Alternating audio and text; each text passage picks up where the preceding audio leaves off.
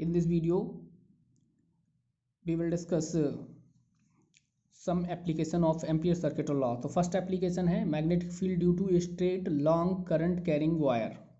ये long current carrying wire है, ठीक है, जिसमें करंट आई फ्लो हो रही है. इसके अराउंड क्या मैग्नेटिक फील्ड क्रिएट होता है, ठीक है, और ये सर्कुलर फॉर्म में मान लेते हैं इसे, ठीक है. और इसकी जो रेडियस हमने ले ली आर है, ये डीएल एलिमेंट है. क्या है? डीएल एलिमेंट लिया हमने और पॉइंट पी पर, ठीक है. तो सिमिलर है जिस तरह से हम करते चले आए ये. तो क्लोज इंटीग्रल लगा देंगे, क्योंकि यहाँ close integral B dot D L लगा सकते हैं. क्यों, कौन सा लगा सकते हैं यहाँ? लॉ. अब यहाँ बायो-सावर्ट लॉ से मैग्नेटिक फील्ड बी को कैलकुलेट नहीं कर सकते हैं, इसीलिए हमें एम्पियर सर्किट लॉ लगाएंगे यहाँ. Ampere circuit law close integral B dot D L equal क्या होगा? बी हमने बाहर ले लिया और क्लोज इंटीग्रल डी एल रह गया. अभी प्रूफ किया था एम्पियर सर्किट लॉ में, वही है सिमिलर ये, ठीक है.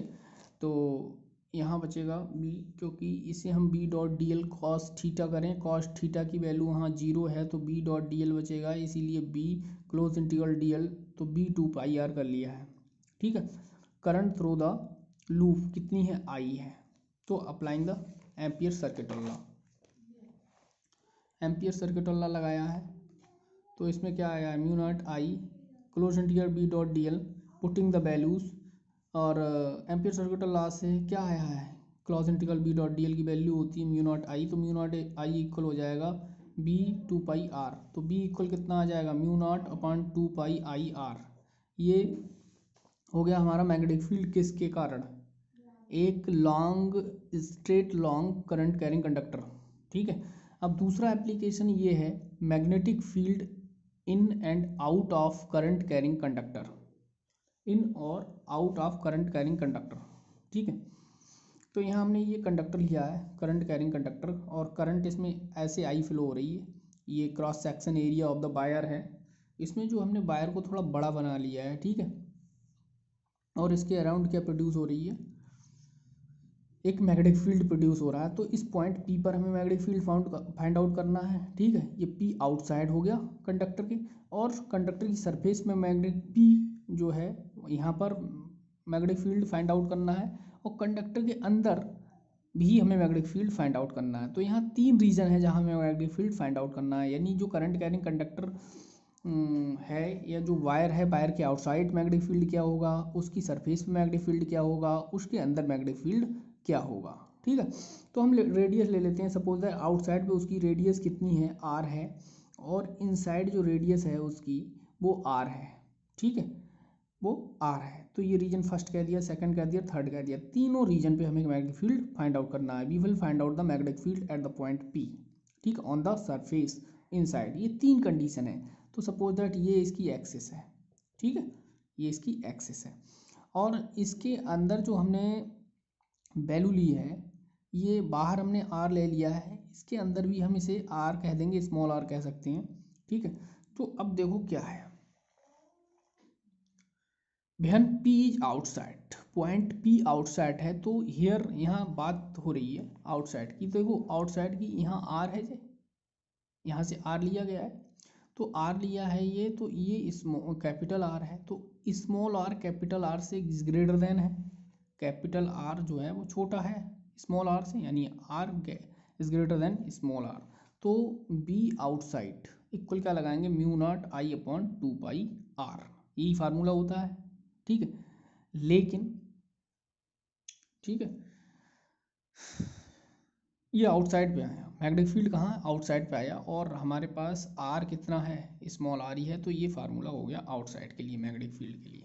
अब देखो ऑन द सरफेस की बात हो रही है, तो inside case of P is on the surface. Surface पे जो स्मॉल आर है, सरफेस पे जो रेडियस होगी वो क्या है? कैपिटल आर है. तो कैपिटल आर इक्वल किसके हो जाएगी? आर के.